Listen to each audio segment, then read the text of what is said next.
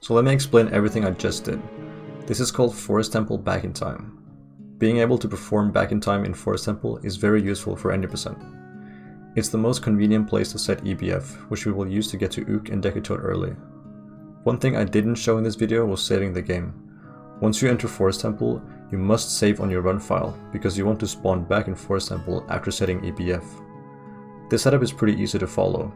It can be difficult to find a good angle and to avoid hitting the loading trigger, so I made this setup to make things a bit easier. When you first enter, you want to do a charged spin attack. If the sword is already in your hand, you simply hold B. Otherwise, press B to sheath it, then hold B. Once the spin attack is charged, release B to kill the first keys. We want to avoid moving forward because that will startle the next keys. After the first keys has been dealt with, swing your lantern. Do a backflip where you press B to draw your sword. From this position, hit C up and align the right side of the lantern gauge with the right side of the pillar. The angle is lenient. Now hit C down or A to return to third person. Hold B to begin charging the spin attack and hold control stick down. Release B as soon as you've input a control stick down. Make sure you don't hold B for too long, otherwise you will do a spin attack like before. If done successfully, Link will do a slash that will make him turn around. The angle you get from this move is a great angle for the jump attack later. Hold target to fixate the camera behind Link and start moving up left.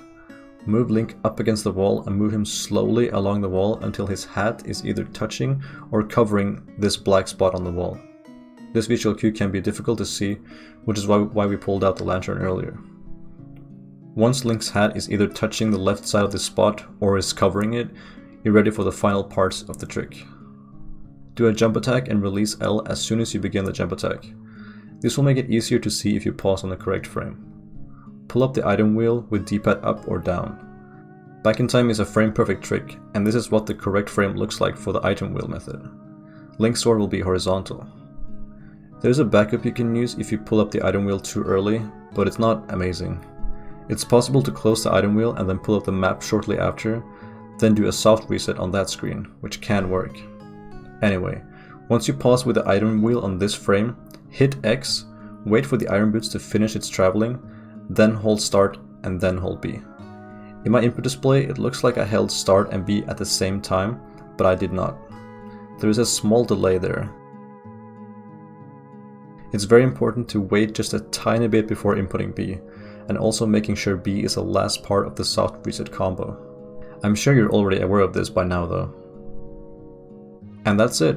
From here, you're ready to activate EBF by jumping into the void while pressing start, selecting the Ordon file, and resetting and skipping the cutscene in the King Bolin fight.